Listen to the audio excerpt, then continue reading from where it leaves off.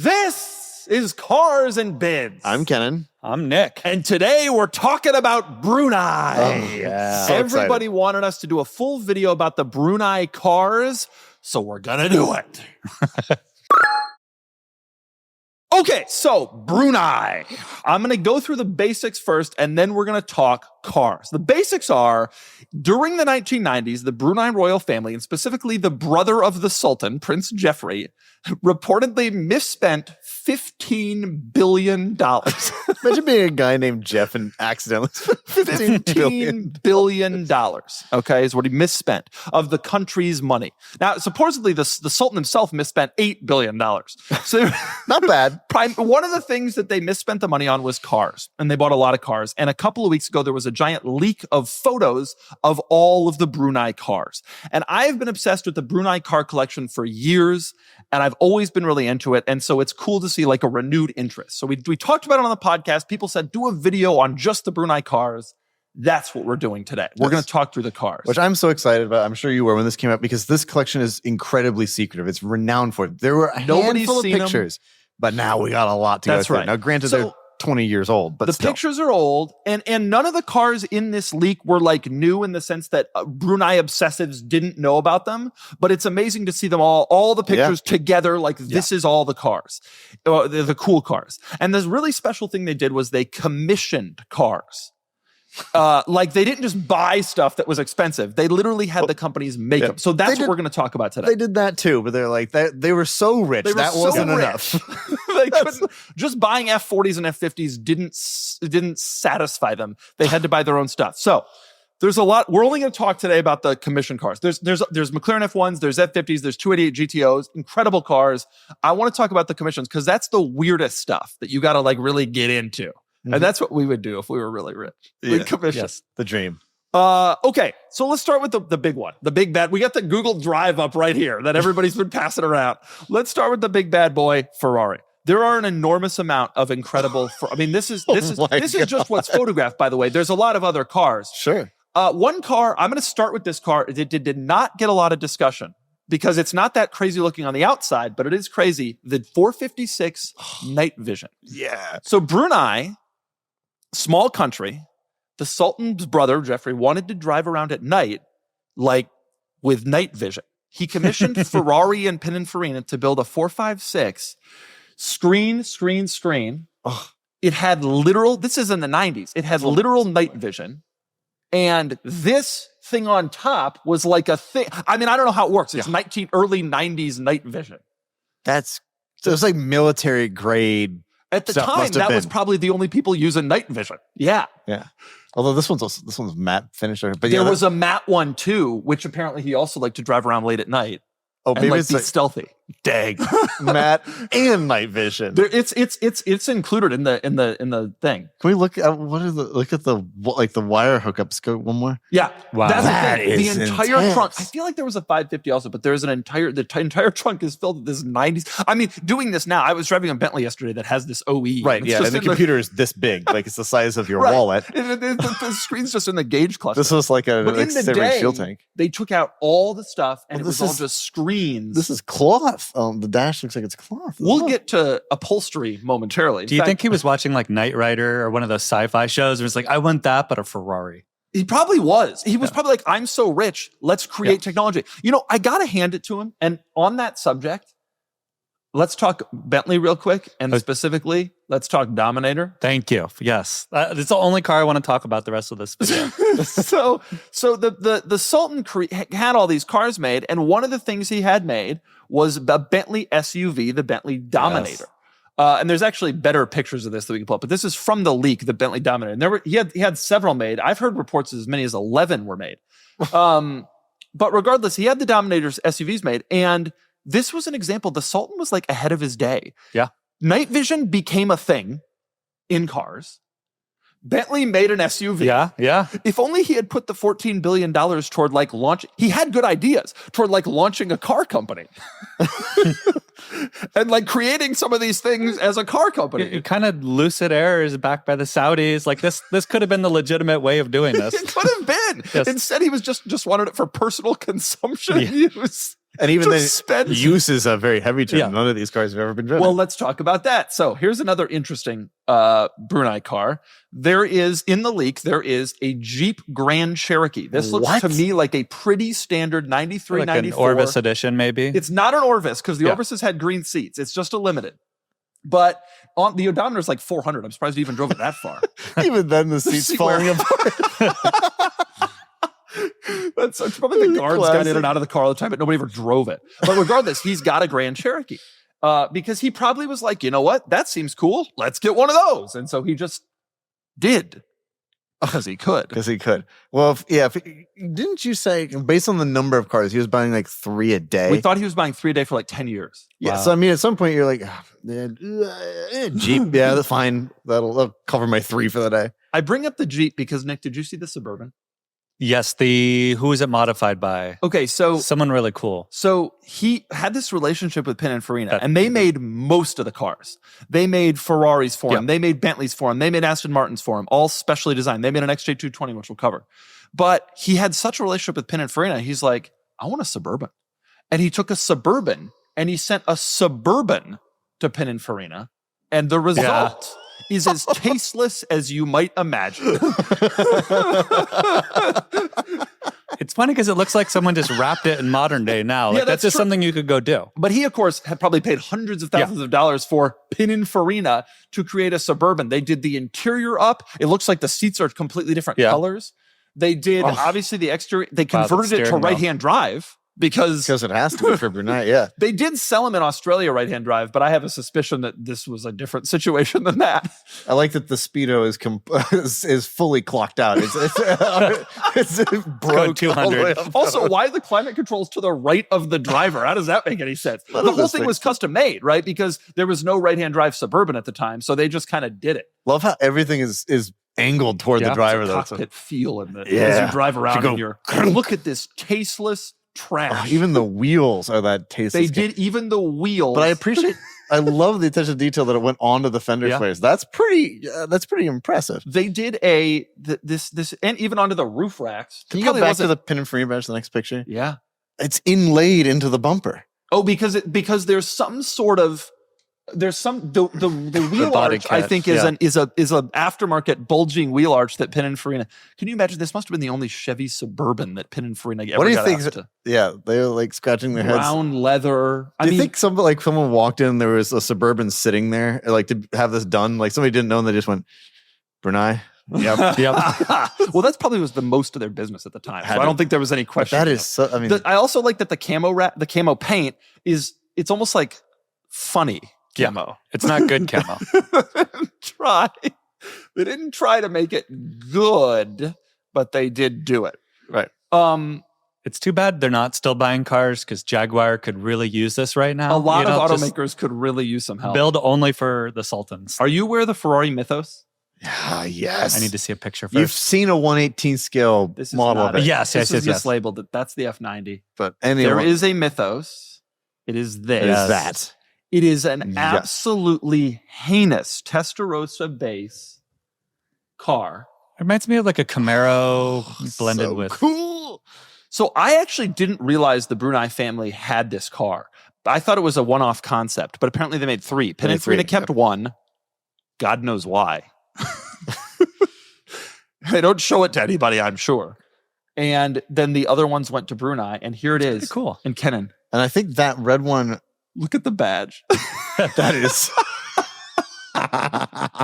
It is so bad. Do you believe Ferrari allowed their name to be put on this trash? With the Mythos, it looks like it'd be like some hotel, like concierge check-in or a yacht. Yeah, right? Or a yacht. Yeah. It looks like a boat. But this was the Mythos. By the way, the interior is pretty cool. Yeah. Oh, the interior is really cool. It's like this rounded looking thing. Nice dark red. I think red. this one may have gone out. There's a video of one driving around Monaco recently, like this from this summer. Somebody's got a Mythos. It might be that one. Some of these cars have certainly gotten out since the day. Yeah, we all got to see that Venice blue one wagon. Look at that interior. What is this? This car isn't the Mythos. What is this? Is an FX? What is this? It's labeled as a Mythos, but it's not. Regardless, it is. Look at that. Wow. There was no limit on taste, and no one tried to stop them. That was the other thing I learned. And the best example of that But you got to pick your battles with the Sultan. Saying you want a blue interior, like, fine. Done. The best example of no one trying to stop the Sultan, unquestionably the most tasteless and ridiculous car in the entire collection. Just based on name, it's going to be good. I know where it's going. The Bentley Albatross, which looks at its outset like a fairly typical but ugly, bad wheels. Yeah, middle era Bentley. Bentley Mulsanne, except the interior. What? Who is that? A golfer? It's a golf-themed interior. Wow. Every panel, even the gauge cluster. And instead of theming it with golf, like maybe they would put like felt and like a cup. Yeah. They have just pictures of period golfers. Is like pimp my ride level of customization. It's like a kid's room when he was into golf. Yeah. It looks like some bar in the Midwest you walk into. That is exactly what it looks like. A golf bar. And they did it around the dials. It's so bad. And then to really drive the point home, the carpets are green and the seats are green with white piping. Wimbledon, baby. The Bentley Albatross aptly named. Wow. Man, that is an Albatross. Albatross. I wonder if they joked when they called it the Albatross. Like, 100%. They're right. Could you imagine being in Bentley? And, purportedly, Bentley was kept alive entirely by the Sultan of Brunei and these car orders at this time. They had to say yes to everything. Yeah. So he comes at him with this. And they're just like, what? Are you sure? You sure? Sir? I hope this gets out and someone like brings it to like the Masters. Just shows up. In the era of text messaging, this never would have been possible because you'd send a picture of it and the Sultan would be like, no. All right, it's bad. But instead what happened was they couldn't get in touch that quickly. The cars would just be paid for and show up. And then they'd look at it and say, we can't drive this in public. Do you think it's always like, I was just wondering. All right, shove it in the back of the other ones. Yeah, it's real bad. Let's just get rid of it. Despite their terrible taste, they actually did come up with some pretty attractive cars. And one of my very favorites is the Bentley Java Estate, which is a small sized, there's not great pictures of it in the thing, but there were some great pictures of it before. Which is a small sized Bentley wagon. This is actually a legitimately attractive car, I think. Like it's a little Bentley. I think these were all based on the Continental and the Azure, but they just sort of shortened the body. And that's like a good looking car. It reminds me of very MG. Like those MG wagons at the end. It seems like a lot of the Bentley concepts were the most creative. Like Bentley must have been the most willing to play ball, as evidenced by the golf interior there. I guess that was always true because all these have been out, like I said, but going through the pictures, that became clear. Like Bentley did some cars that are barely different from their regular cars, but like were different. It was very unusual to see some of the Brunei Bentleys like that only a real Bentley enthusiast would be able to tell are different. Such a great time for experimentation as a result for Bentley, and then they still failed anyway after they did. Yeah. Which is wild. The Buccaneer, I think, is the best because this is like a Cruella de Vil, Maybach Accelero type, like old school 30s car brought to the modern era. And it's definitely it's baller looking. Like this long hood and the swept back. Like they should build a car like it almost feels like the precursor to the Continental GT. Like they dabbled around with like a little sports coupe, and then like they should have just used this to be their prototype. And I do wonder sometimes whether some of the automakers took the Sultan's, especially Bentley and Rolls, took the Sultan's like suggestions and actually like the Dominator. Supposedly, the Dominators, when Bentley was developing the Bentayga, the Dominators went back to Bentley. Yeah. They asked them for him back to see how they did them. You have to imagine too, I mean, like the design brief of we want to cater to the ultra wealthy.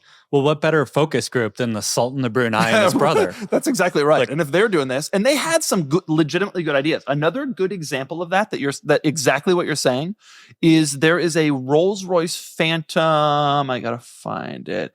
Rolls-Royce Phantom limousine. There's a bunch of that was like the Phantom 6 right before the one that came out in 04. Well, check this out. They had him build a Rolls-Royce limousine that doesn't, it's hard to see on this screen. You can see it a little better down there. But it doesn't look like any other Rolls at the time. They wanted a full-size limo, which Rolls was not making back then. Cool. And they modernized the design. They made it like a roundy design full-size Rolls limo. They never built this car. This car never existed. It's labeled in the thing as Rolls-Royce Pininfarina limousine. So I guess maybe Pininfarina did it. Wow. But like very interesting take. Wow, cool. There was no limit, including, now Kennan, you know about the F40s? Yes. You've seen the gray one or you've seen the white one?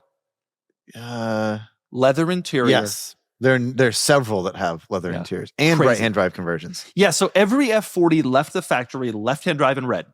Yep. Without exception. Stripped out interior. People try to make exceptions. No, this one isn't. No. Every F40 left the factory left-hand drive in red.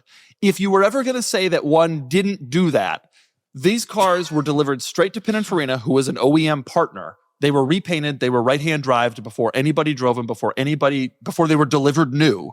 And they were sold this way. It's hard to explain how insane this is if you know the F40. Yep, absolutely. Because the F40 is the most bare bones, stripped out.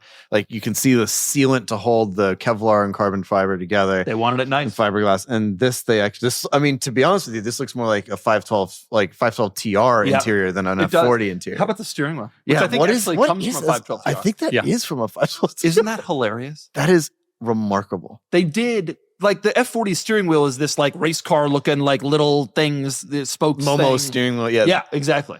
And those seats look like an American land yacht. Like either the racing seats in an F40 are like, and that was one of the things about the car. It was like these tight seats. There was mouse fur on the dash and says leather everywhere in this car. They wanted to nicify the F40. It's like an F40 Lusso. Yeah, it's just like, if they had ever done such a thing. What I like is throughout these cars, you can see what he was into at any moment. Like he went through a yellow phase and all the cars were yellow with the red interior. I found out he went through like a dark red interior phase like that one. Like there were just like these moments. And there were some just generally weird colors. I found out that the yellow red is the Brunei flag is yellow and red. Yeah. And so that's why they did that. You know about the F50 and the stereo? Oh, that's right, because F50s didn't come with the stereo. But Brunei, they did. Wow. No, they also did right-hand drive conversion F50s for them, I think, too. And of course, everybody knows about the very famous one, the 456. They did 456 station wagons, sedans. Did you know they did a 456 convertible? Yep. It looks, honestly, I'm into it. They should have done it. Maybe not in green. But not with those taillights. Well, yeah. The problem is the coupe.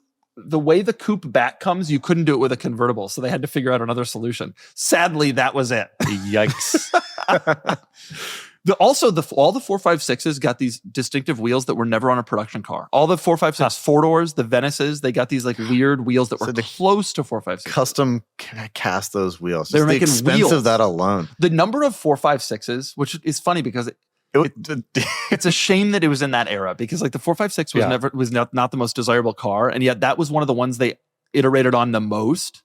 And so we had some really to be honest with you, it's like if this whole collection went to auction, the 456s, like the Venices would sell for a ton, like the Venice estate would sell for a bunch. You don't think the sedans would bring real I think money? the sedans would too, but I don't know that the Spiders would as much, but maybe they would. I don't know. Was it the 40 or the 50 that they also did an automatic transmission? They did. Well, Agnelli got Gianni Agnelli, who ran Fiat, got an automatic F40. But I don't think that the Brunei people did, although they did other stuff. The FX, the Ferrari FX, which is in here, they had ProDrive do a Tiptronic or an F1 before there was F1, and it never worked. Right. To this day. I think it may have been the Vallejo transmission. It was related to the one they used in the Mondial, which had a gated shifter, but no clutch pedal. And so it would just you'd start to put pressure on the shift lever and it would operate the clutch. You can't imagine that worked at all. Yeah. One thing I was surprised about, actually one car I didn't know about, they had a Lagonda made post Lagonda, and they had two variants. They had two variants. One was a roundy one like this. One just looked like a four-door Virage, which was cool enough. But this is a car that post Anteater Lagonda that Aston Martin never, ever, ever, ever created. And so they have all three gens of Lagonda. This is it. What is this thing? This never existed. That's so cool. And there was never even a two-door Aston that looked like this. They just had their own four-door Aston Martin built. You almost wonder when they were making cars, they had a bunch of sketches, then they narrowed it down. Like they went back to the sketches they discarded and were like, hey, let's build this one. We thought about doing this. Would you be interested? And they were like, yeah, sure. And then they did. What is this roundy back four-door Aston Martin? This was never even close to a production car. And they just have their own Lagonda. Post Anteater Lagonda. The pre Anteater Lagondas that they have, the pre Anteater Lagonda is beautiful. The Anteater itself is just post Anteater Lagonda actually looks pretty cool too. I know we're only going over the custom builds, but some of these specs are just wild. And like the EB110 that has all the weird stripes on it. They were like, tasteless people, right? At least they weren't boring. That's better. They had all these built. And there's a few of these that have gotten around, but like they had all the 4-door and shooting brake. So this is the initial post Anteater Lagonda, and then they did a sedan and a coupe, or and a wagon, and then they did the roundy ones. Look at that Anteater. There are Anteaters in here too. And yes, the EB110, the heinous EB110, which I just cannot believe. Nick, the interior, the one down is even. I think the interior is somehow worse than the exterior. The interior is like indescribably insane. How did they convince them to do this? It's like a 90s kids show. Yeah. It does look like a ball pit. A ball pit, yeah. How did they convince Look at the parking brake. The parking is blue, yellow, red, and green. Maybe they saw like the Harlequin and they're like, we want the ultimate Harlequin. So instead of a Volkswagen, it's a Bugatti. They knew Bugatti was going to go to Volkswagen eventually. You know the wheels, too. Yeah. Yeah. It was so tasteless. Absolutely, totally tasteless. What did they do with Lamborghini? Any weird Lamborghinis? No, there are Lamborghinis in the collection, but either the Lamborghini wasn't willing to play ball or they simply couldn't. Around this time, Lamborghini was also owned by a Malaysian company. I don't know what relationship Brunei has to Malaysia. But they really did not have a lot of Lamborghinis. They're in here, but they aren't like special ones. They had some colors, as you can see here. They had some Countachs? Yeah, they had some Countachs.